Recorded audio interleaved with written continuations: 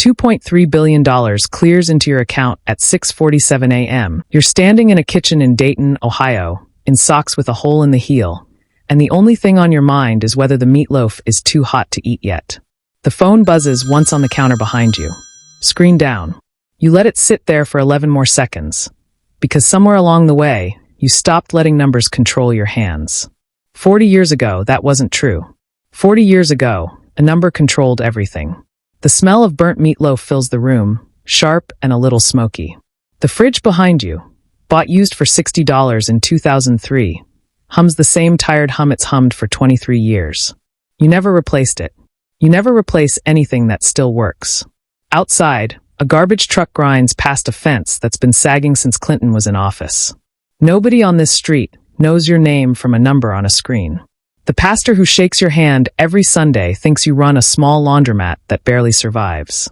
Your own neighbor has never once asked how business is going, because to him, there's nothing to ask about. You open the microwave. Steam hits your face. 2 miles from this kitchen, in 1986, you stood in an unemployment line holding a number that wasn't $2.3 billion. It was 47. 47th in line. And you remember every second of the wait. So how does the man holding number 47 become the man nobody around him will ever suspect is worth more than most cities? And why does he still eat standing up, alone, like nothing ever changed? You grew up 2 streets over from where you're standing right now, in a house your father rented for $95 a month from a landlord named Earl Tibbetts, who never once fixed the leak under the kitchen sink. The bucket under that sink was as much a part of the house as the walls. You learned to step around it in the dark, the same way you learned which stair creaked and which one didn't. Your father worked the line at the Frigidaire stamping plant in Moraine, 14 years, 3rd shift, and he smelled like machine oil and burnt coffee every time he came home and kissed your mother on the top of her head before she'd even fully woken up. That smell, hot metal and Folgers, is still the smell you associate with a man doing something right, even when nothing around him looked like it. You remember the winter you were 9, when the furnace went out for 6 days because there wasn't $40 to fix the igniter. Your mother strung blankets across the hallway to trap heat in 2 rooms instead of 4. You slept in mittens. Nobody talked about it like it was a crisis. It was just Tuesday. In 1986, you were 24 years old, 14 months into your own job at that same plant, when the second wave of layoffs hit the floor. They posted the list on a corkboard by the time clock, typed on a single sheet of paper, no letterhead, like it wasn't important enough for one. Your name was on it. So was your father's name, even though he'd given that company 19 years of his life by then. You walked home together that day. Neither of you said much. Your father stopped at the corner of Wyoming Street in Brown, lit a cigarette he'd been trying to quit for 2 years, and said, "Well, guess we'll figure it out." That was the whole conversation. That was every conversation in your family, really short, practical, no room left over for fear. You remember standing in the unemployment line 2 days later.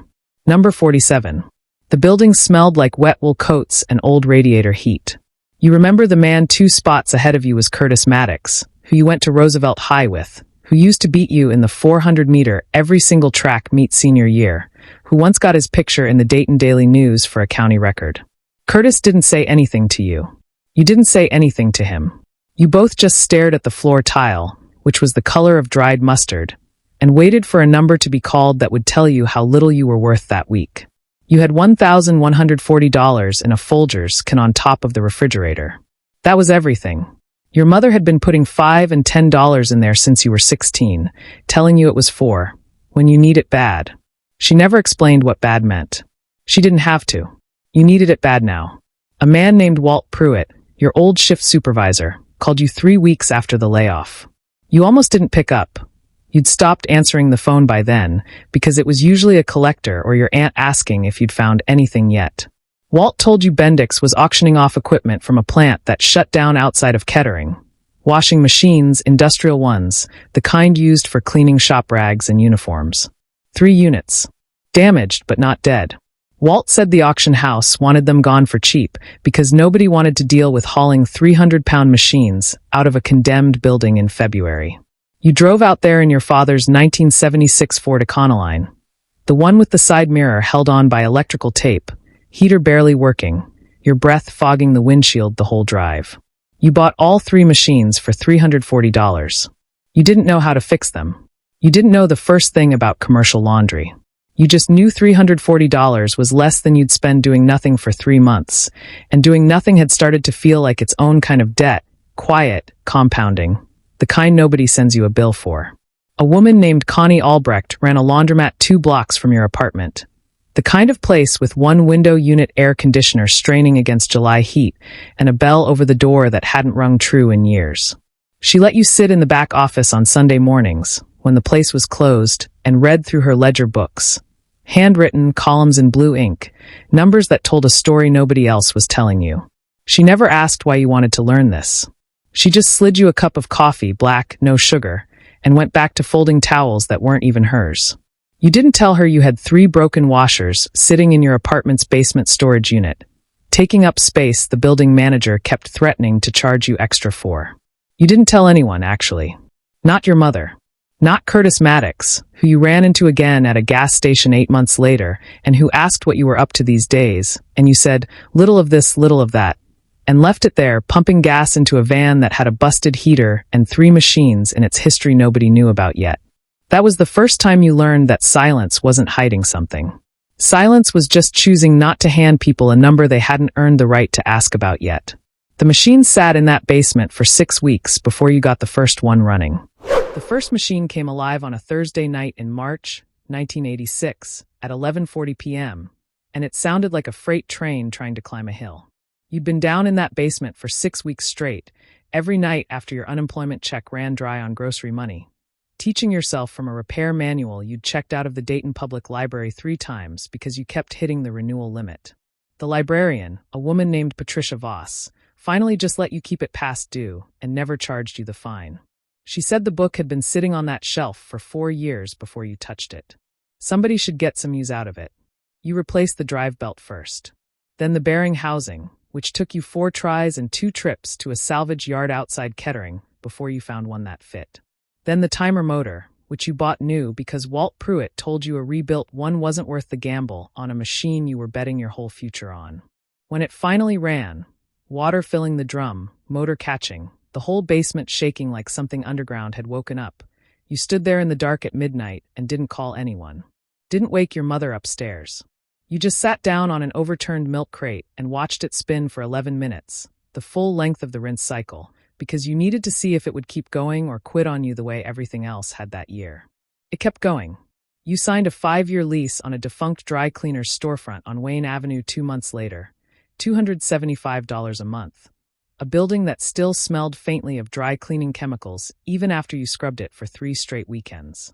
The landlord, a man named Sal Renkowski, wanted it occupied more than he wanted top dollar.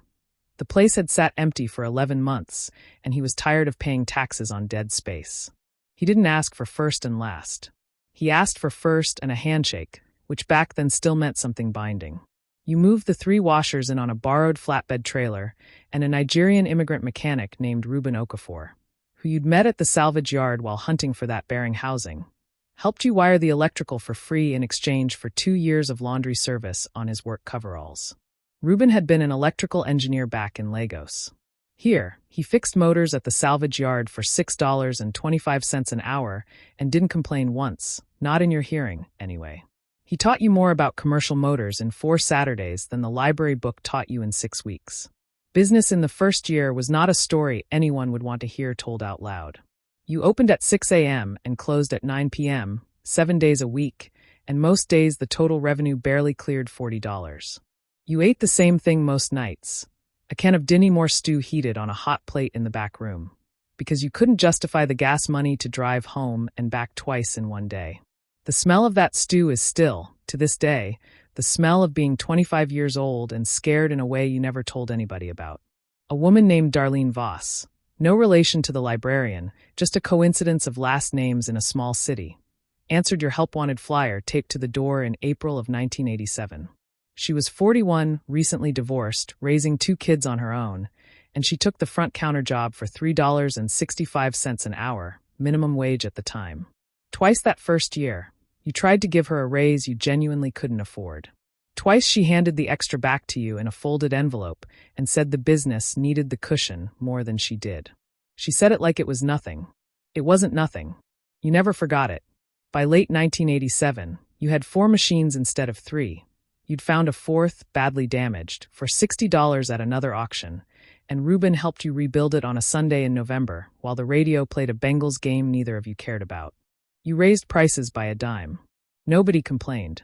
You started doing contract work for 2 small auto shops nearby, cleaning their shop rags weekly for a flat fee of $18, which doesn't sound like much until you remember that $18 a week, 52 weeks a year, was the difference between making rent and not.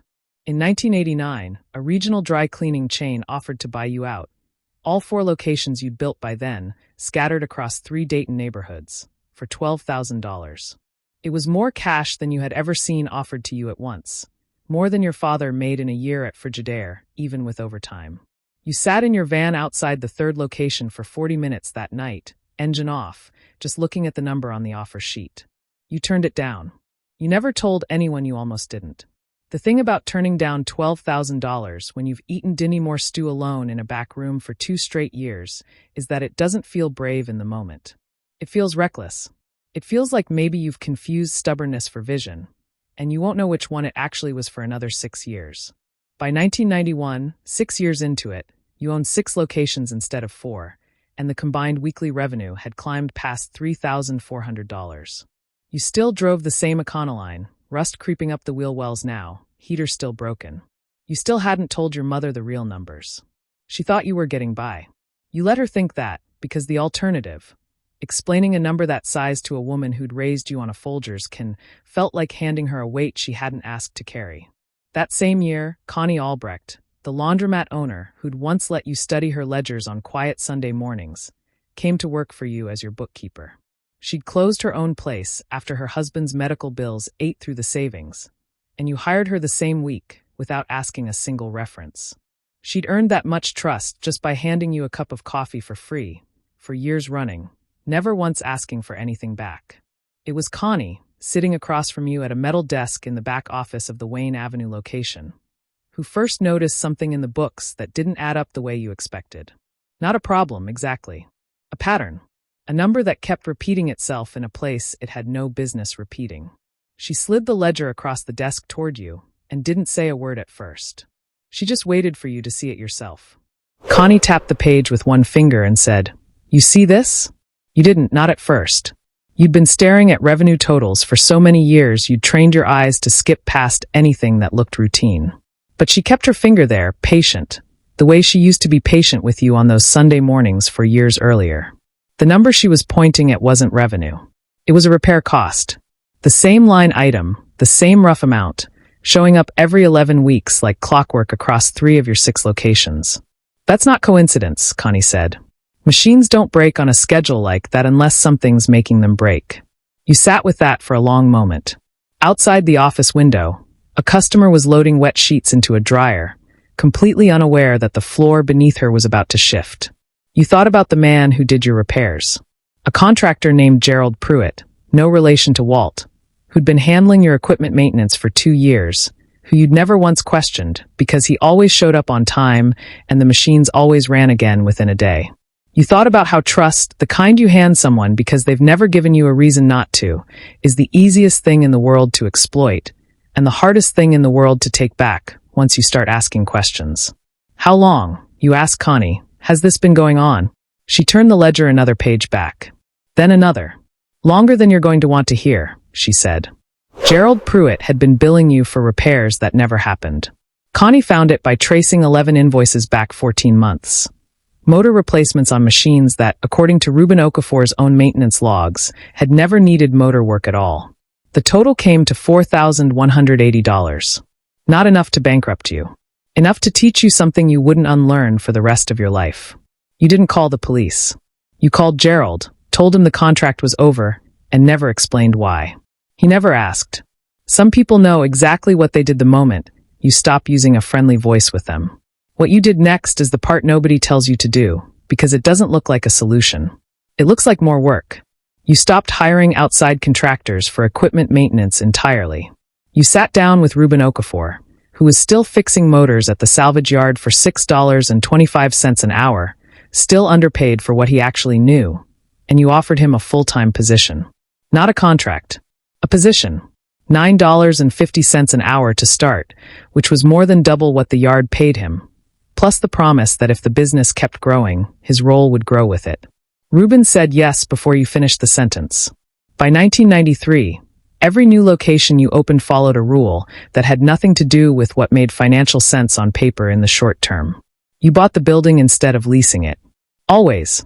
Even when leasing would have cost you a fifth of the upfront cash, even when a landlord offered you better terms than you could get from a bank, you found a way to buy. A young woman named Priya Shah, who you'd hired in 1996 to help manage the books alongside Connie, asked you about it directly one afternoon. She'd run the numbers herself and noticed that 3 of your locations would have been cash flow positive 18 months sooner if you'd leased instead of bought. Why do it the hard way? She asked. You told her about Gerald. Not the whole story, just enough. When you lease the building, you said. When you lease your trust, you're betting somebody else's interest matches yours.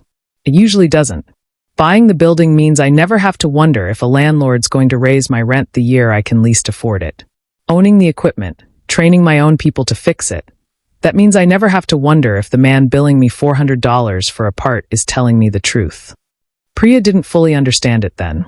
She understood it 9 years later, in 2005, when a competitor 2 miles away lost their lease on a building they'd rented for 11 years, the landlord deciding suddenly to sell to a developer. The business gone in 90 days because they'd built everything on ground they never owned. Right now, the average American household holds the vast majority of its assets and its risk outside of anything they directly control.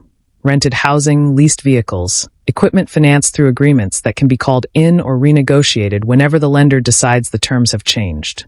Most people spend their whole working life building on ground that was never actually theirs. You didn't know that statistic in 1993.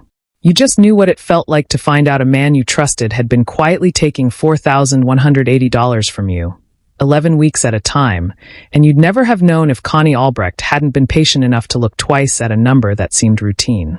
By 1998, you owned 11 locations across Dayton and the surrounding suburbs, every building purchased outright, every machine maintained by a team Reuben Okafor now led, 6 men under him, all trained the same way he'd trained himself, reading manuals late at night, learning the difference between a part that needed replacing and a part somebody wanted you to think needed replacing. You bought a 12th location in 2001, this one in Springfield, 30 miles north, and for the first time you hired a manager you'd never personally trained. A man named Theodore Vance, recommended by Darlene Voss, who by then had been running your original Wayne Avenue counter for 14 years and had never once asked for more than what she felt the business could spare. The business stopped needing you in every room by 2004. That should have felt like freedom. Mostly, it felt like something you didn't have a name for yet, a quiet that wasn't peace exactly, but wasn't unrest either. The kind of quiet that comes from building something so completely that it no longer needs your hands on it every hour, and realizing you don't entirely know what to do with the hours that frees up. Connie retired in 2009, 63 years old, her own small pension supplemented by a retirement account you'd quietly been contributing to on her behalf for the past decade without telling her. Money she only discovered the week she gave her notice, when the paperwork landed on her desk with a balance that made her sit down in the chair she'd sat in for 18 years and stay there a long time before she said anything at all. You never told her why. She never asked. By then, you both understood that some debts don't get repaid out loud. Reuben's son, a boy named Adiz who you'd watched grow up dropping by the Wayne Avenue location after school for free vending machine snacks, started college that same year. Engineering, like his father had trained for back in Lagos before life moved him somewhere else.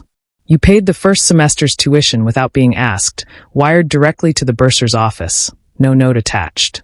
Reuben found out 3 weeks later when Adiz mentioned it over dinner, assuming his father already knew. Reuben never brought it up to you directly. He just started showing up 20 minutes early to work every day after that, for nearly a year, like the extra time was the only currency he had left to offer back.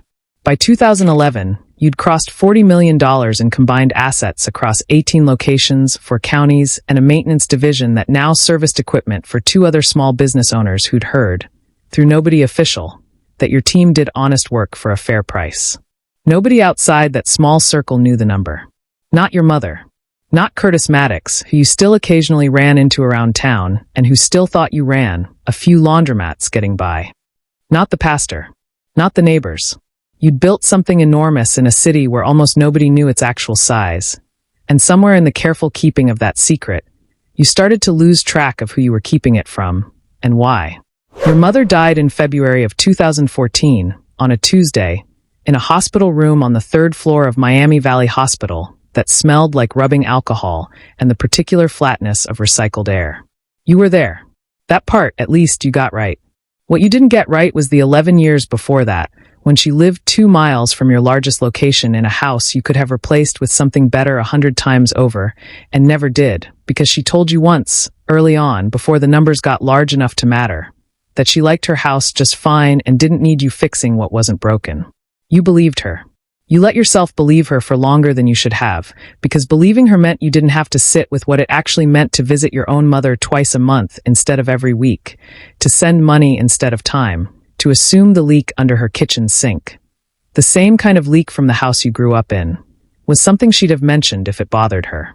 She never mentioned it. You found out about the leak from a home health aide, 3 days after the funeral, going through her things. A bucket still there, tucked under the sink, the same way you remembered it from when you were 9 years old, sleeping in mittens because there wasn't $40 for an igniter. You had $40 million by then.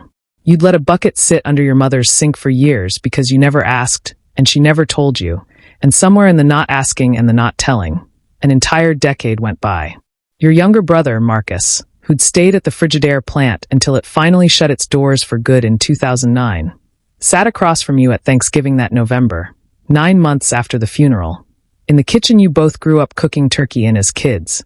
Except now it was just the two of you and a folding table, because your mother's dining room set had gone to storage and nobody had decided what to do with it yet. Marcus passed you the mashed potatoes without looking at you.